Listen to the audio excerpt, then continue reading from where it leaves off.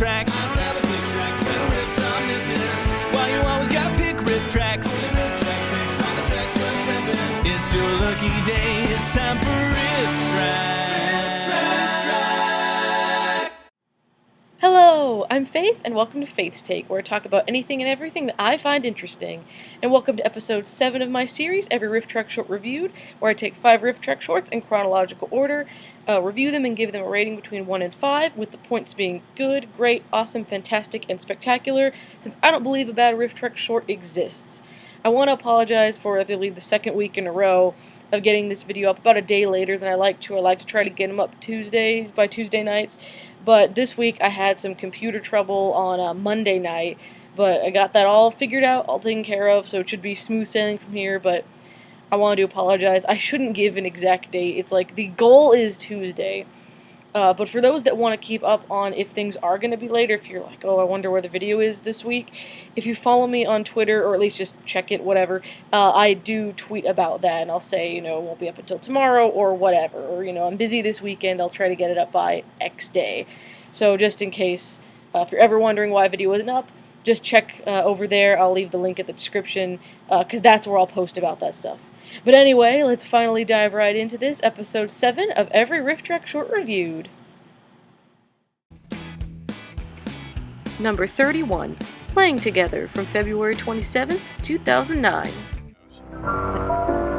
does forget to help pick up the lunch papers, though Duncan does it quickly enough. Duncan's lifelong resentment of Donnie was based on incidents just like this.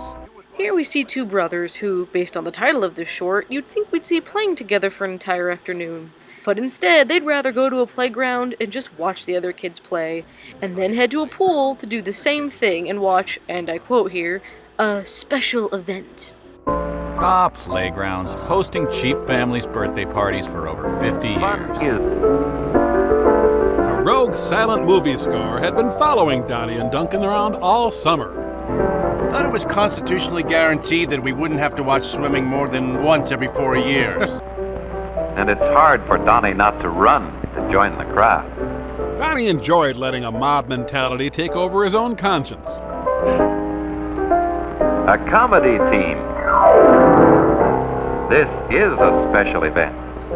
Observing people doing fun things is way better than doing fun things. This movie should be called Watching Other People Playing Together. Ooh, this is worse than NASCAR! I hope all 3 drown! Only I had a stick to blind myself with. It's not until the final 3 minutes or so that we actually see them play together at all, and it quickly descends into randomness, just following the two boys around for no reason whatsoever. After the program, the pool fills with swimmers. Who in turn fill the pool with Band-Aids and urine. It never crossed Donnie's mind that 60 years from now, people might still be watching him flail about in 8 inches of water. He takes a ducking when Duncan comes to help him. Where's my money? I don't have it! Give me my money! Boys will be boys. But I'm out. Ah, yes, the public pool, or as I prefer to call it, a hobo bathhouse. He sees another boy remember that no shoving on the pool deck is one of the rules. Though looking where the hell you're going is purely optional.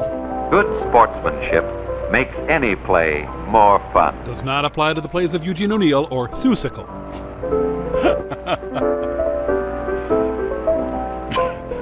Not littering is a key part of sportsmanship. What the hell's going on now? These two have no idea they're even being filmed, do they? Someone just stuck a piano score on their home movies. Not so much playing together as it is standing around while watching other people play together. This boring little afternoon gets a 2.5 out of 5. The narrator has quit. All pretense of a story has been abandoned. The actors wander in and out of the shadows, and yet the piano tinkles on. Number 32, How Much Affection, from March 20th, 2009. On our way home, we stopped and parked. And then things seemed to happen. Do we, Neely? Join the Communist Party. Well, it was so close. I subscribed to the Daily Worker and everything. What we were about to do. I asked Jeff to take me home. Home to our collective beet farm. Damn it, I did join. This short should really be called How Much Physical Contact. It centers around a teenage couple who almost go all the way one night and whether or not they'll go forward with their relationship before they make any mistakes. The girl gets some advice about the situation from her mother, and yes, this whole thing is just as awkward as you'd think. Mary, is that you, dear? Yes, Mother. Though after tonight you can call me Sister Stanislaus Marie when you visit me at the cloister. Do you remember when you told me that I might have such strong feelings about a boy that it might be hard for me to decide what's right to do? Well, does that apply to murder? You're the nicest girl I've ever met, Mary. And I've met upwards of 3 girls. Just as much my fault as it was yours. My poodle skirt was very alluring. So late I guess Mom and Dad are still up. How'd you like to come in and have a sandwich? A nice, non-arousing sandwich. Perhaps a single slice of American cheese on Wonder Bread with very light mayo. Perhaps I can understand something of what you feel. Warren G. Harding and I nearly went all the way once. How'd you like to go to the party with me Friday night? The potty? Good Lord, you're sicker than I thought. Ha! It's such a wonderful time not having sex tonight. In the height of emotion, it's not always easy to stop and think things through. Especially without a top-hatted cartoon cricket to remind you. And let me tell you, as a young woman saving her first kiss for marriage, it gets to be a little extra awkward. But thankfully, we have the guys to help us along with this teenage drama. Also, quick side note here, this is part of the same series as Is This Love, the short from the episode Teenage Strangler. And once again, everyone looks 40 years older than they should be. The first experience with affection can be tough on a nice middle-aged lady like this. Drawings would be cheaper. So they're in high school, huh? Special high school for people with that rapid aging disease. Mary, would you wear my school ring? I've been wearing it since graduating law school 20 years ago. No, dear. I was young once, too. That's a filthy lie! What, have they had the baby already? Sure, 5 months after the wedding. Well, if Eileen is one of them, I'm shocked she could have a baby, being post-menopause and all. Hey, Stu, I hate to break things up, but we're at Marge's house. And since you're dating her mom, you should probably be careful not to be seen. Then you'll really be grown up. You'll be a big girl of I 60. can help. I said it last week, and I'm saying it again this week. How about everyone just takes their relationships really slow and keep their hands to themselves? This uncomfortable tale gets a 3.5 out of 5. Canada, that explains it. Yeah, they were referring to Canadian affection, which is nothing at all like real affection. Where's that? Number 33, Your Chance to Live, Technological Failures, from March 24th, 2009. There is much we can do to deal with the particular dangers our technological world may hold. For instance, we can panic, despair, or simply give up. In this day and age, we are completely dependent on technology. We take it all for granted, yet seem completely incompetent when it comes to handling the stuff. How can we possibly adapt in this ever-advancing world? Well, that's the question posed by this rambling, living skeleton.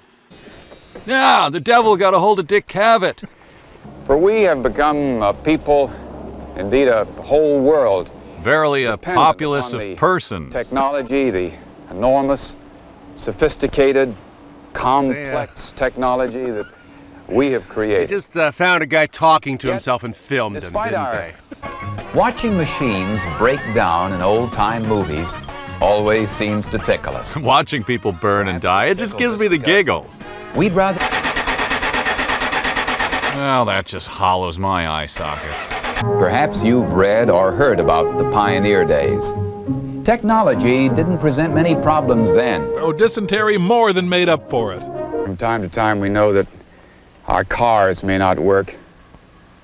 We may not have maintained them properly. I suppose that's the one legitimate... Ah! Don't do that! Give us our share. Today, many of us have no idea where our food comes from. Especially Denny's No patrons. idea how... Don't kill us! Either. Apparently, we have no way on Earth to figure out how any of our own modern technology works. We're just sitting ducks waiting for the machines to rise up and rule over us all. We are nothing but sheep that have no way to help ourselves. Remains a vast, mysterious system which somehow seems to work. Yes, it was left here for us by aliens. We depend upon things beyond ourselves. things over which we seem to have no control. Ah, hell, give me a sack of potatoes, a box of nails, and 20 feet of copper wire, and I'm off the grid. Fire. Another thing that exists. Conventional wisdom suggests putting water on a fire. Be sure to breathe But in many oxygen cases- as you do so. This is without electricity, for example, there could be no electrical fires. Without cancer, there would be blackout for that fewer matter. cancer-related deaths. Signage is another thing to be afraid of.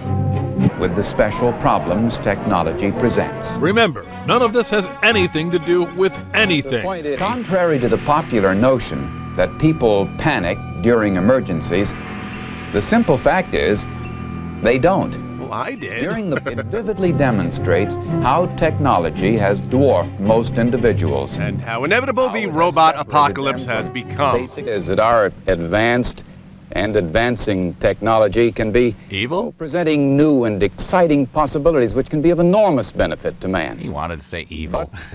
I don't know about you, but I'm fully ready to accept our robot overlords, and I'm going to start by giving this entry a 3 out of 5. Vital to learn enough about these new dangers to be able to make Okay, we know your scripts in your lab. action decision when we are confronted with them. I'm the rotting corpse of Peter Weller. So long for now.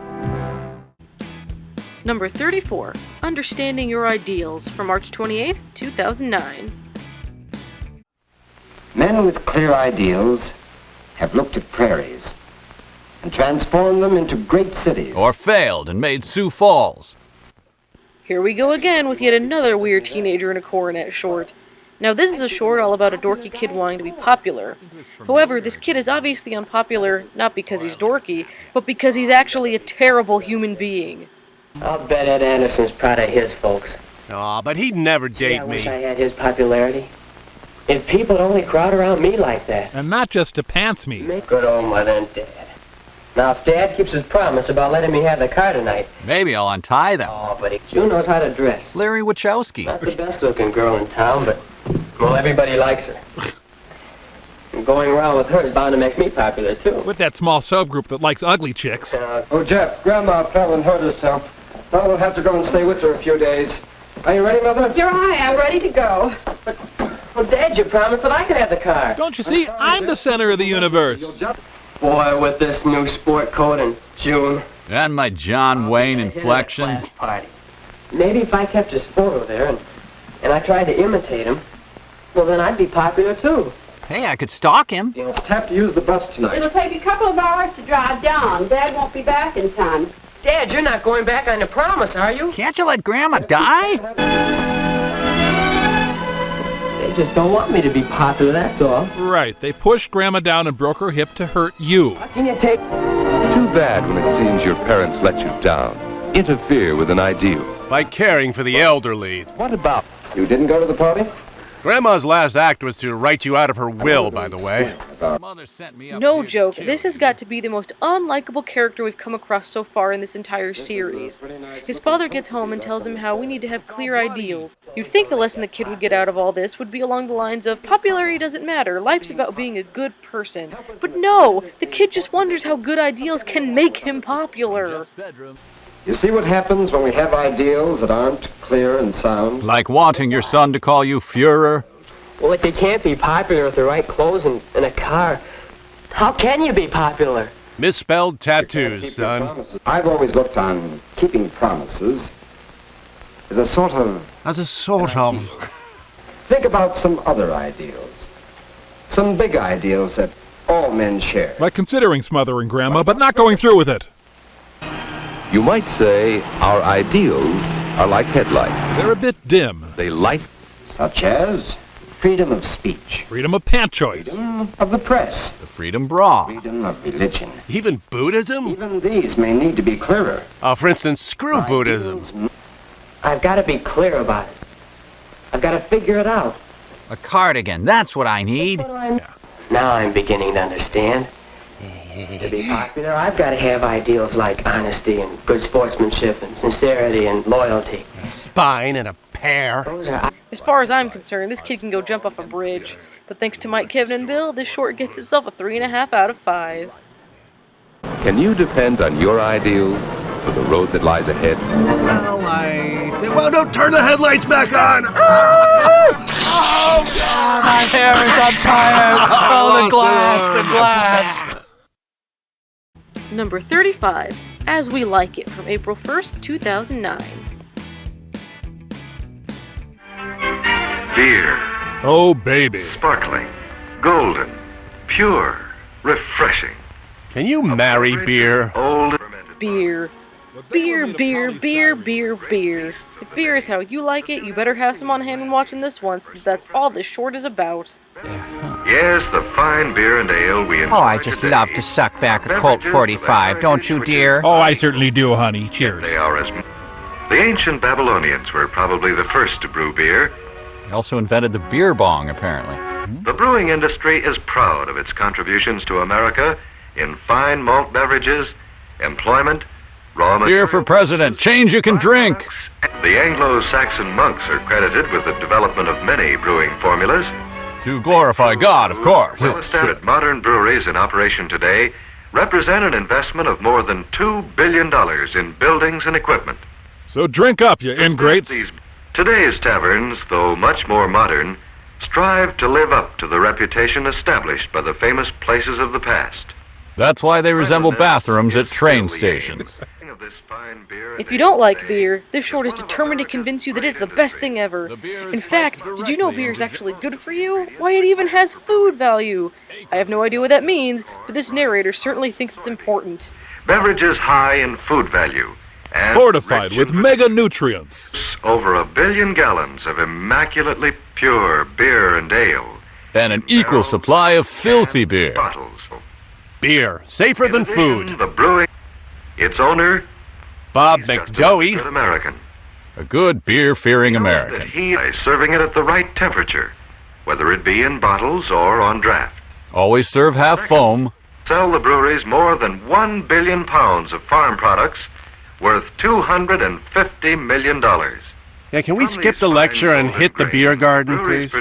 He knows that he's serving beverages which are made under immaculate conditions. Holy and sacred beverages. Served in This simple alcohol-fueled romp gets a 3 out of 5. People who come into his place are his guests. You might call that hospitality. I call it hospagesticity. As always, thank you all so much for watching. I really hope you enjoyed this week's episode, and I will see you guys later. It's time for